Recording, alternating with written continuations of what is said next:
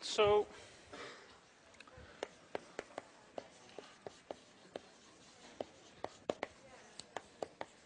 the fundamental theorem of calculus for line integrals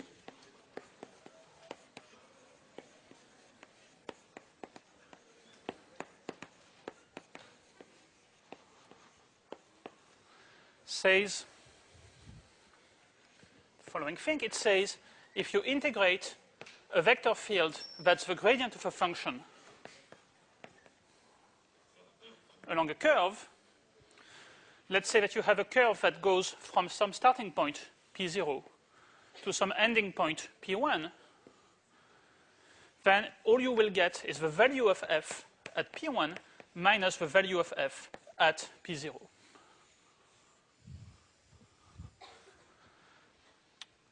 Okay? So that's a pretty nifty formula, but it only works if the field that you're integrating is a gradient. You know it's a gradient, and you know the function little f. I mean, we can't put just any vector field in here. We have to put the gradient of f.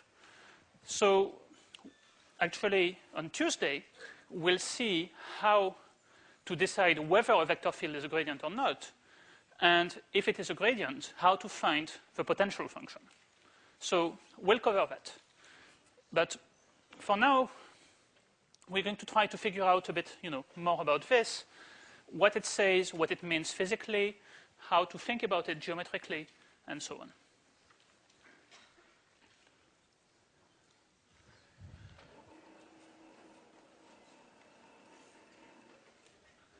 So maybe I should say, if you try to write this in coordinates, because that's also a useful way to think about it, if I give you the line integral along C, so the gradient field, the components are f sub x and f sub y. So it means I'm actually integrating f sub x dx plus f sub y dy. Or if you prefer, that's the same thing as actually integrating df. So I'm integrating the differential of a function f. Well, then that's the change in f. And of course, if you write it, in this form, then probably it's quite obvious to you that this should be true.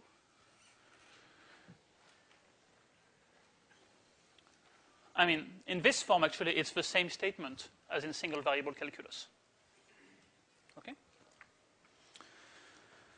And actually, that's how we prove the theorem. So let's prove this theorem. How do we prove it? Well, let's say I give you a curve, and I ask you to compute this integral. How will you do that? Well, the way you compute the integral actually is by choosing a parameter and expressing everything in terms of that parameter. Okay, so we'll set, well, so we know it's f sub x dx plus f sub y dy.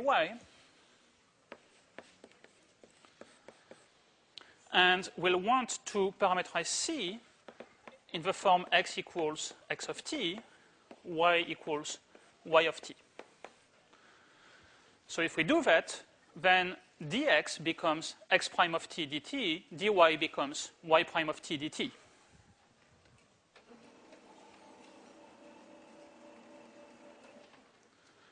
So we know x is x of t. That tells us dx is x prime of t dt. Y is y of t, gives us dy is y prime of t dt. So now what we are integrating actually is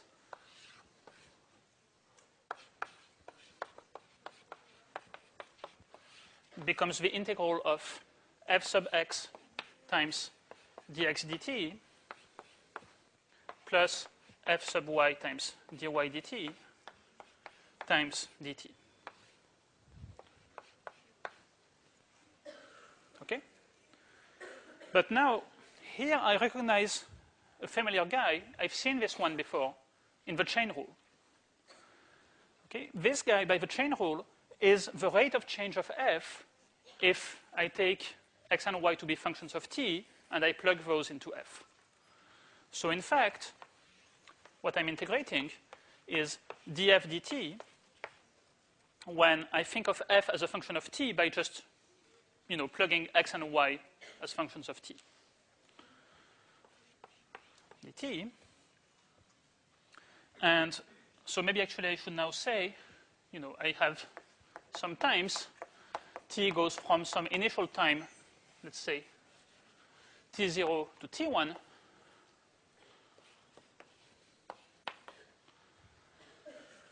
and now by the usual fundamental theorem of calculus, I know that this will be just the change in the value of f between t0 and t1.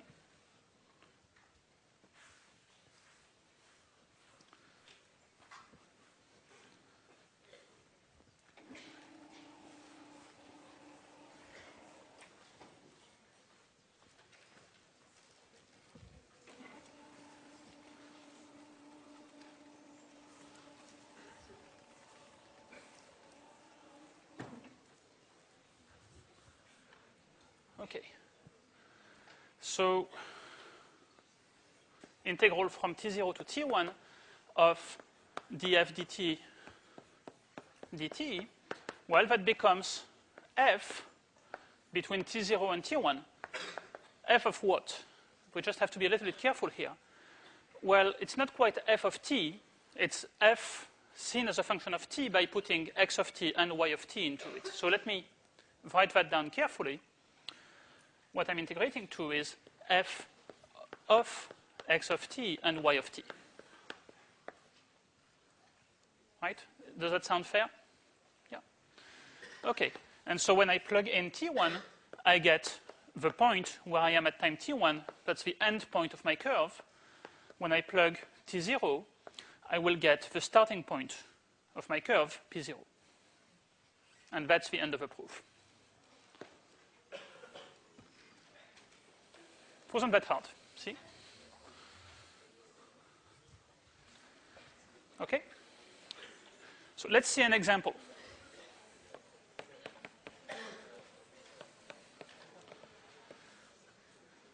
Well, let's look at that example again. Okay, so we have this curve. We had this vector field.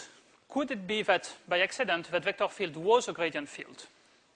So remember, our vector field was y, x. Can we think of a function whose derivative with respect to x is y and derivative with respect to y is x? Yeah, x times y sounds like a good candidate, where f of xy is xy.